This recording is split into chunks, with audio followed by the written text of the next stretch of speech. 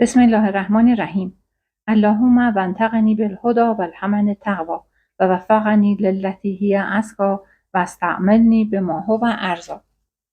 جلسه ششم رو با موضوع حق حبس ناشی از عدم تأدیه مهر شروع می‌کنیم که مستند اون ماده 1085 قانون مدنی هست. ماده 1085 قانون مدنی میگه زن میتونه تا مهر به او تسلیم نشده از ایفاء وظایفی که در مقابل شوهر داره امتناع کنه، مشروط به این که مهر او حال باشه و این امتناع مسقط حق نفقه نخواهد بود. بنابراین زن میتونه تا زمانی که مهریش رو از شوهرش دریافت نکرده از انجام وظایف زناشویی خودداری کنه، مشروط به این که مهریش حال باشه، یعنی عند مطالبه و فوری باشه و این عدم تمکین زن حق نفقش رو از بین نمیبره. نکته‌ای که باید اینجا متذکر بشم این هستش که حق حبس در صورتی امکان پذیره که هیچ گونه دخولی بین زوجین انجام نشده باشه، چون اگه مقاربتی اتفاق افتاده باشه، حتی اگه یه دفعه هم باشه، حق حبس زن ساقط میشه و اگه زن بعد از اولین آمیزش بخواد از حق حبسش استفاده بکنه و به این بهانه بخواد از آمیزش و استمتاع جنسی زوج خودداری کنه، نه تنها حق حبس شامل حالش نیست، بلکه نشوزش هم اثبات میشه و حق نفقش هم ساقط میشه. در پاسخ به این سوال که ایفاء وظایف در حق حبس آیا شامل تمکین عام هست یا تمکین خاص، دو تا قوله. بعضی معتقد به تمکین عام هستند و بعضی معتقد به تمکین خاص هستند. قول اول میگه که حق امتناع زن شامل هر یک از وظایف زناشویی، یعنی تمکین به معنای عام هست، مثل حق معاشرت و معاضدت و همکاری و سکونت توی خونه شوهر، و زن میتونه با استفاده از حق حبس ناشی از عدم پرداخت مهریه توسط زوج حتی به اقامتگاه و محل سکونت شوهر هم نره. توی قول دوم معتقد هستن که منظور از ایفاء وظایف زن در مقابل شوهر تمکین به معنای خاص اون هست. بنابراین وظایفی مثل حسن معاشرت و عدم خروج از منزل بدون اذن شوهر رو شامل نمیشه. حالا برای اینکه حق امتناع زن در تمکین خاص رو توضیح بدیم، باید اول به تعریف قدر متیقن بپردازیم. در فقه و حقوق قدر متیقن یعنی موردی که در اون هیچ شک و تردیدی در ثبوت یا تحکیم حکم وجود نداره، یعنی حد یقینی و مسلمی از یک حکم یا قاعده‌ای که همه در اون اتفاق نظر داشته باشن و بیشتر از اون نمیشه حکم داد. مثلا قدر متیقن در حق حبس زن امتناع از تمکین خاص تا دریافت مهریش هست. طبق ماده 1085 قانون مدنی زن میتونه تا مهر به اون تسلیم نشده از ایفای وظایفی که در مقابل شوهر داره امتناع کنه، مشروط به این که مهر اون حال باشه و قبلا هم تمکین نکرده باشه. حالا قدر متیقن در این حکم چیه؟ قدر متیقن از حق حبس زن حق امتناع از تمکین خاص، یعنی نزدیکی با زوج هست تا زمانی که بتونه مهر رو دریافت کنه. یعنی زن میتونه از نزدیکی یا زناشویی با همسرش خودداری کنه تا اینکه مهریش رو بگیره. اما اینکه میتونه از تمکین عام، یعنی وظایف دیگه زناشویی مثل حق سکونت در منزل شوهر و حق معاشرت و مانند اینها هم خودداری کنه یا نه، این محل اختلاف هست. قول مشهور فقهای امامیه در استفاده از حق حبس زن اینه که زن میتونه از تمکین به معنای خاص خودداری کنه تا زمان وصول مهریش برسه. در واقع فقهای امامیه به قدر متیقن اکتفا کردم. بنابراین از تسری قدر متیقن به موارد مشکوک باید خودداری کرد. یعنی تمکین به معنای عام شامل قدر متیقن نیست. و از طرفی اگه بخوایم قدر متیقن رو به تمکین عام تسری بدیم، با تحکیم زندگی زناشویی و خانوادگی سازگار نیست. در واقع فقهای امامیه معتقدند که زن با اولین تمکین کل منفعت بضع رو تسلیم شوهر کرده و مهریه‌اش به ذمه شوهر مستقر میشه. پس دیگه بعد از اون حق امتناع نداره، به خاطر اینکه با رضایت خودش تمکین خاص کرده. یعنی از حق حبس خودش گذشت کرده و دیگه نمیتونه از حق حبس خودش استفاده کنه و از حق استمتاعات جنسی شوهر امتناع کنه. در واقع حقش در مورد عدم تمکین ساقط شده و تنها حق مطالبه مهریه رو داره. بنابراین پرداخت مهر در حق حبس زن شروطی داره. یکی این که شرط تسلیم مهر زمان استفاده از حق حبسه. یعنی چی؟ یعنی زمانی که زن از حق حبس خودش استفاده میکنه، شوهر برای استفاده از حق استمتاع جنسی از اون باید مهریه‌اش رو بهش بده و تا زمانی که مهریه رو به زوج پرداخت نکرده، زن میتونه مانع استمتاعات جنسی اون بشه. پس تا زمانی که مهریه پرداخت نشده، زن میتونه از حق حبس خودش استفاده کنه. دوم اینکه مهر باید حال، یعنی عند مطالبه و غیر موجل باشه. در این حالت تا زمانی که مهر به زن داده نشده، زن میتونه از تمکین خاص خودداری کنه. حالا ببینیم نظر فقهای عامه در این مورد چیه.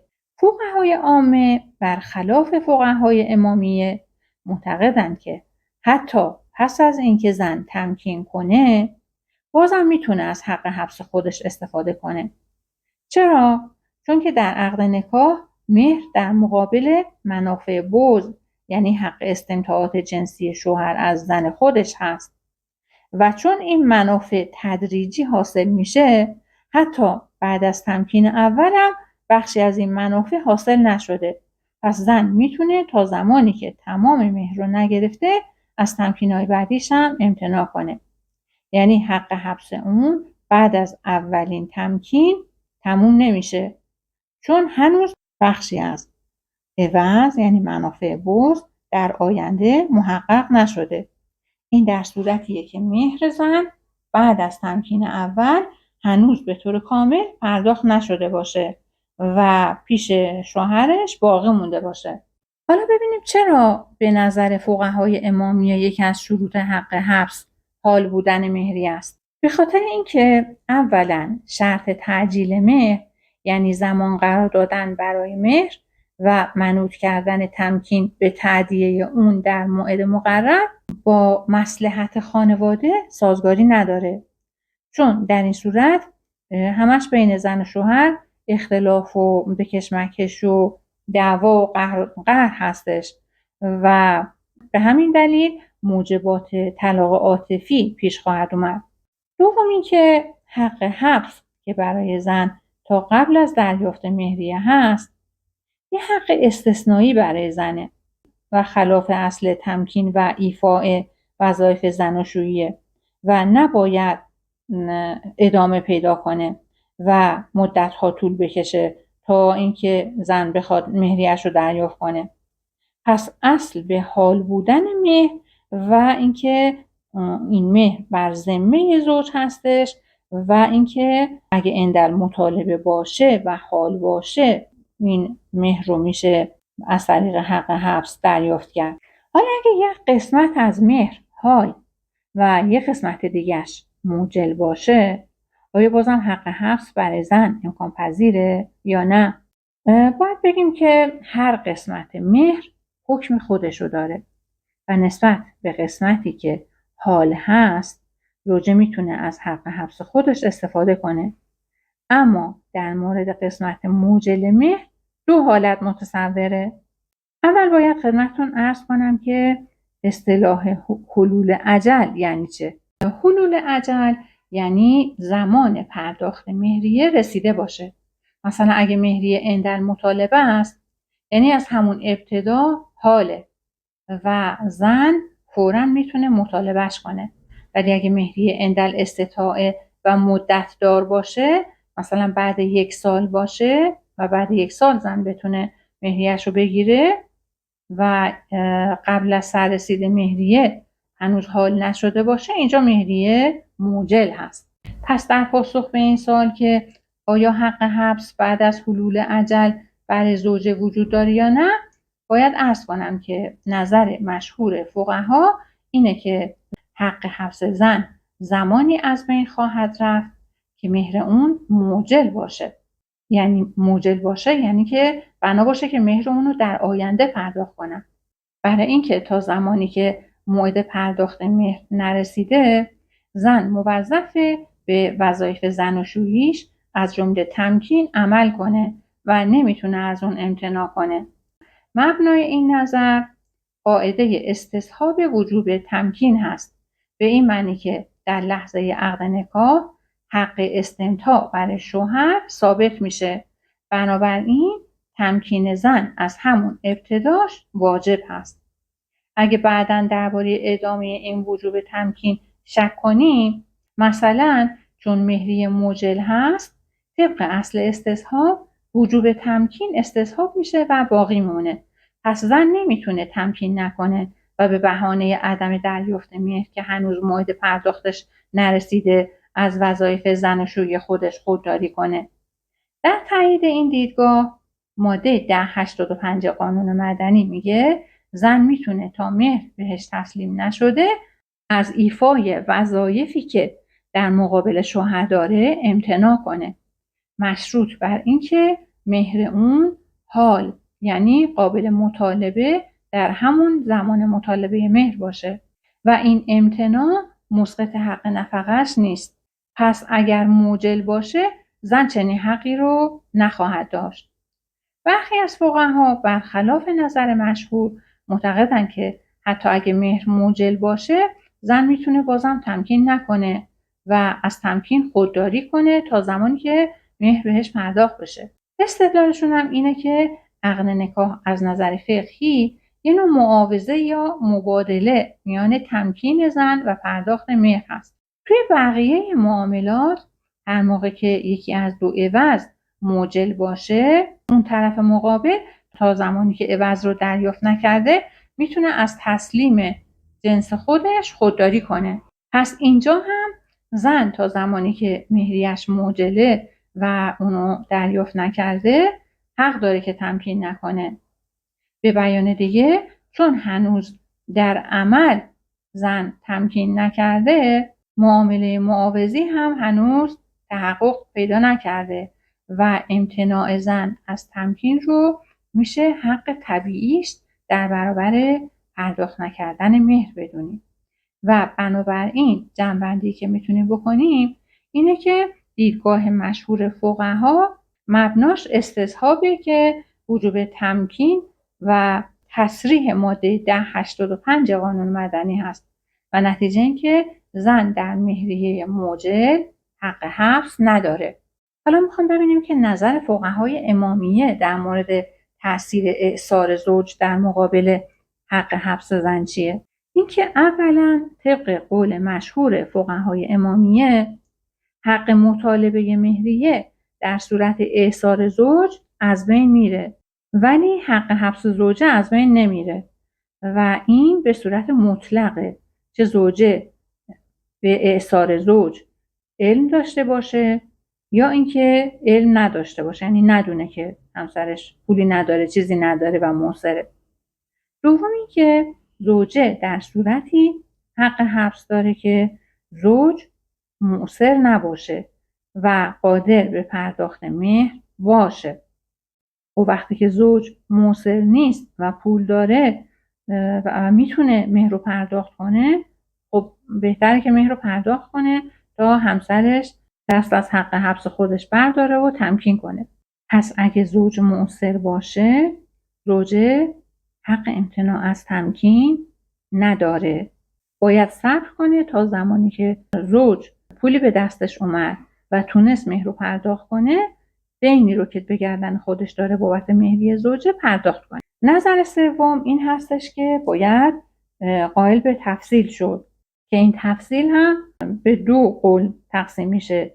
بعضیا معتقد به اعصار موقت هستن و بعضیا معتقد به اعصار طولانی هستن و هم از اینکه زوجه در زمان عقد به اعصار زوج علم و آگاهی داشته باشه یا اینکه نداشته باشه و هم از اینکه زوج مؤثر باشه، یعنی عدم توانایی مالی داشته باشه، یا اینکه موثر باشه، یعنی متمکن باشه. بنابراین زن حق داره تا رفع اعصار زوج و تادیه مهریه از اون تمکین نکنه. حالا این سوال مطرحه که اعصار زوج در زمان وقوع عقد و بعد از وقوع عقد چه حالاتی رو در حق حبس زوجه به وجود میاره؟ در پاسخ باید عرض کنم که اگر اعصار در زمان وقوع عقد باشه و زن به اعصار شوهر آگاه باشه، به واسطه قاعده اقدام حق حبس زن ساقط میشه. قاعده اقدام چی میگه؟ اولا باید بگیم که اقدام یعنی پیش قدمی و وارد شدن در کاری با علم و اجبار. قاعده اقدام میگه من اقدم علی الضرر لا یسمع دعوا. کسی که خودش به زیان خودش اقدام کرده، ادعاش برای جبران اون ضرر پذیرفته نیست. پس هر کس خودش آگاهانه و با اختیار کاری رو انجام بده که به زیان خودش تموم بشه، حق مطالبه خسارت یا جبران اون رو نداره. مثل همین موردی که پیشتر عرض کرد. مثالی که در عقد نکاح برای قاعده اقدام میشه گفت اینه که اگه زنی بدون شرط تعیین مهر عقد کنه و بدونه که مهریه کمی رو ممکنه براش تعیین کنن، دیگه نمیتونه بعد عقد بگه من ضرر کردم و باید مهر بیشتری رو بگیرم، چون خودش با آگاهی وارد عقد شده. قاعده اقدام مانع از ادعای ضرر و خسارته. مبنای قاعده ضمان از قاعده الناس مسلطون علی اموالهم و انفسهم گرفته شده، یعنی اینکه اختیار شخص به اعمال خودش هست. خب حالا نظر فقهای امامیه در مورد اعصار بعد از وقوع عقد چیه؟ اینجا 2 حالت داره. در صورتی که زوجه تمکین کرده باشه حق حبس نداره، اما در صورتی که زوجه تمکین نکرده باشه حق حبس داره. نظر فقهای عامه چیه؟ در مورد فسخ نکاح یا طلاق در صورت اعصار زوج، حنفیه میگن که زوجه حق فسخ عقد رو نداره و قاضی هم حق نداره زوجه رو طلاق بده. این در صورتیه که زوجه در صورت عسر و حرج بخواد با حکم دادگاه طلاق بگیره و زوجه فقط حق حبس داره، یعنی حق امتناع از تمکین داره. مالکی و شافعیه هم در مورد فسخ نکاح یا طلاق در صورت اعصار زوج میگن که در صورتی که زوجه از حق حبسش استفاده کرده باشه، به شرطی که هیچ تمکینی از طرف زوجه نباشه، زوجه حق طلاق داره. ولی اگه قبل از پرداخت مهریه و تادیه اون توسط زوجه تمکین کرده باشه، دیگه حق فسخ یا طلاق براش نیست.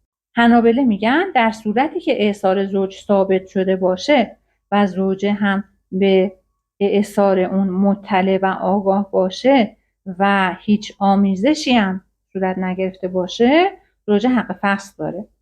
اما در صورت جهل و ناآگاهی زوجه به مؤثر بودن زوج و جواز فسخ نکاح، فقط حاکم یعنی قاضی میتونه نکاح زوجین رو فسخ کنه. حالا آمدیم بین زوج و زوجه سر پرداخت مهر و تمکین اختلاف پیش بیاد. اینجا باید چه کار کنیم؟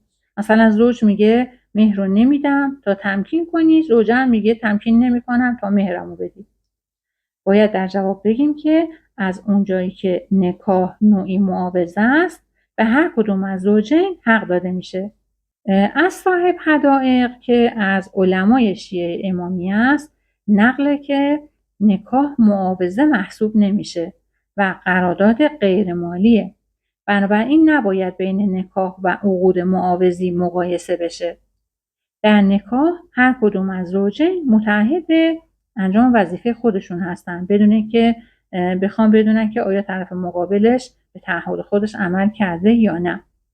برخی از فقهای امامیه و همینطور شافعیه از فقهای عامه معتقدن که زوج رو مجبور میکنن تا مهر رو به دست فرد امین و مورد وثوق بسپاره و زوجه مجبور به تمکین میشه. در واقع یه نوع گروکشی انجام میدن.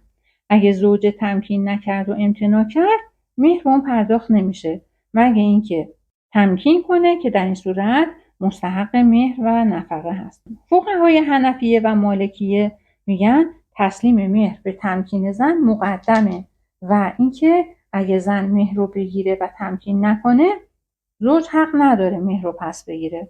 فقهای حنابله چی میگن؟ فقهای حنابله برعکس حنفیه و مالکیه میگن اول زوج به پرداخت مهریه اجبار میشه. بعد از اینکه مهریه توسط زوج پرداخت شد ولی بازم زوج تمکین نکرد و از تمکین خودداری کرد زوج حق پس گرفتن مهریه رو از اون داره. اونام گفتن حق نداره مهریه رو بگیره. حنابله میگن که حق داره بگیره. خب پس چی؟ حنفیه و مالکیه میگفتن که زوج حق نداره مهریه رو بعد از اینکه زن تمکین نکرد بگیره ولی که حنابله میگن که وقتی که زوج مهریه رو به زوجه داد و مجددا زوج تمکین نکرد حق داره که مهریه رو ازش بگیره. حالا اگه زوج موثر بوده باشه و با حکم دادگاه مهریه رو اقساطی کرده باشه اینجا چجوری زن میتونه از حق حبس خودش استفاده کنه تا اینکه مهر از طرف زوج پرداخت بشه؟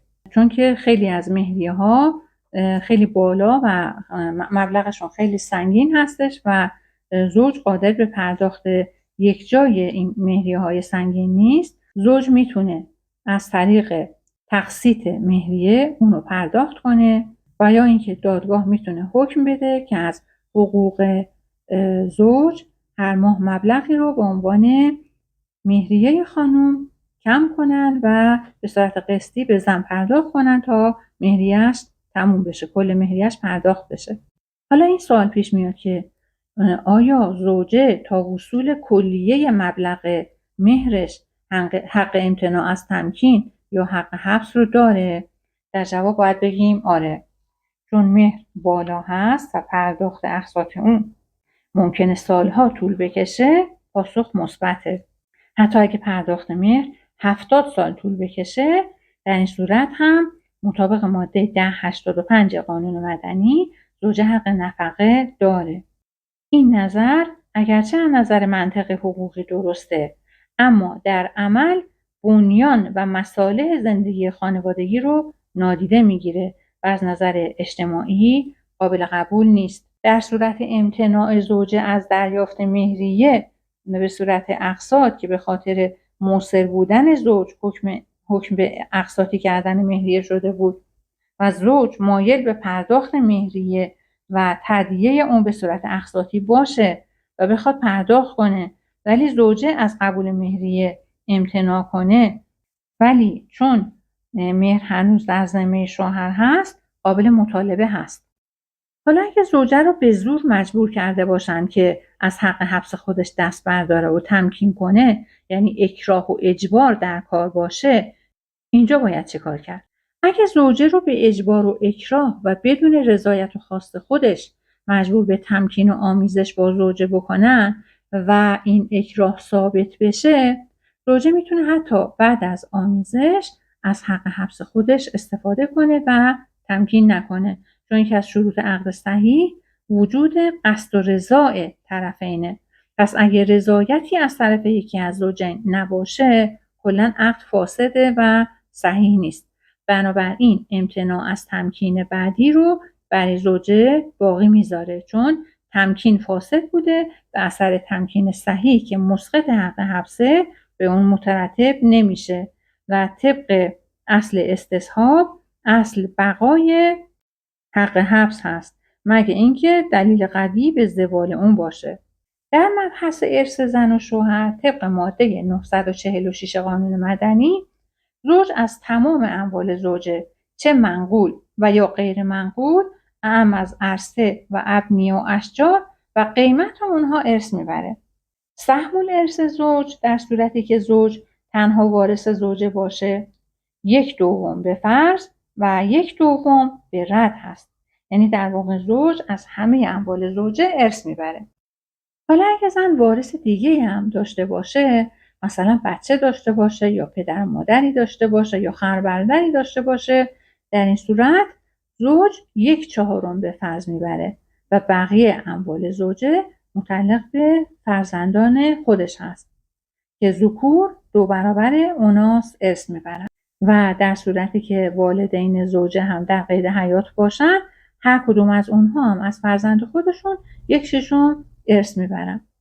البته قانون ارث و تعصیب موارد زیادی رو شامله که در این مبحث فقط به ارث زوجین اکتفا میکنیم و شرح مفصل اون رو به فراگیری درس حقوق مدنی 8 ارجاع میدم. در سهم الارث زوجه از زوج طبق ماده 946 قانون مدنی، زوجه از اموال منقول و قیمت ابنیه و اشجار ارث میبره که البته این قانون قدیم بود. توی قانون جدید در صورت فرزنددار بودن زوجه 1/8 از اموال منقول و 1/8 از قیمت اموال غیر منقول اعم از عرصه و اعیان ارث میبره. این در حالیه که همونطور که ذکر کردم در قانون قدیم زن تنها از اموال منقول و ابنیه و اشجار ارث میبرد و از عرصه محروم بود، ولی توی قانون جدید زن هم از عرصه ارث میبره و هم از اعیان. منظور از عرصه همون زمین یا ملک و اموال غیر منقول هست و منظور از اعیان ساختمون و ابنیه‌ای هستش که روی زمین ساخته میشه. حالا اگه زوجه وارث منحصر به فرد زوج باشه 1/4 به فرض ارث میبره و بقیهش متعلق به حاکم هست. اونجا زوج در صورتی که وارث منحصر به فرد بود از زوجه 1/2 به فرض میبرد، 1/2 هم به رد میبرد. اما اینجا زوجه در صورتی که وارث منحصر به فرد زوج باشه 1/4 به فرض میبره و بقیهش متعلق به حاکم هست. پس نتیجتاً باید عرض کنم که در صورتی که هر کدوم از زوجین دارای وارث باشن، زوجه 1/8 به فرض میبره ولی زوج 1/4 به فرض میبره و در صورتی که وارث و فرزندی نداشته باشن، زوجه 1/4 به فرض میبره و زوج 1/2 به فرض میبره. در واقع طبق قانون سهم ذکور 2 برابر اوناس هست. ماده 946 قانون مدنی میگه زوج از تمام اموال زوجه ارث میبره و زوجه در صورت فرزنددار بودن زوج 1/8 از عین اموال منقول و 1/8 از قیمت اموال غیر منقول اعم از عرصه و اعیان ارث میبره. در صورتی که زوج هیچ فرزندی نداشته باشه، سهم زوجه 1/4 از کلیه اموال به ترتیب فوق هست. مرسی که تا انتهای ویدیو همراه من بودید. لطفاً این ویدیوها رو هم ببینید. لایک و سابسکرایب فراموش نشه تا ویدیوی بعدی یا حق.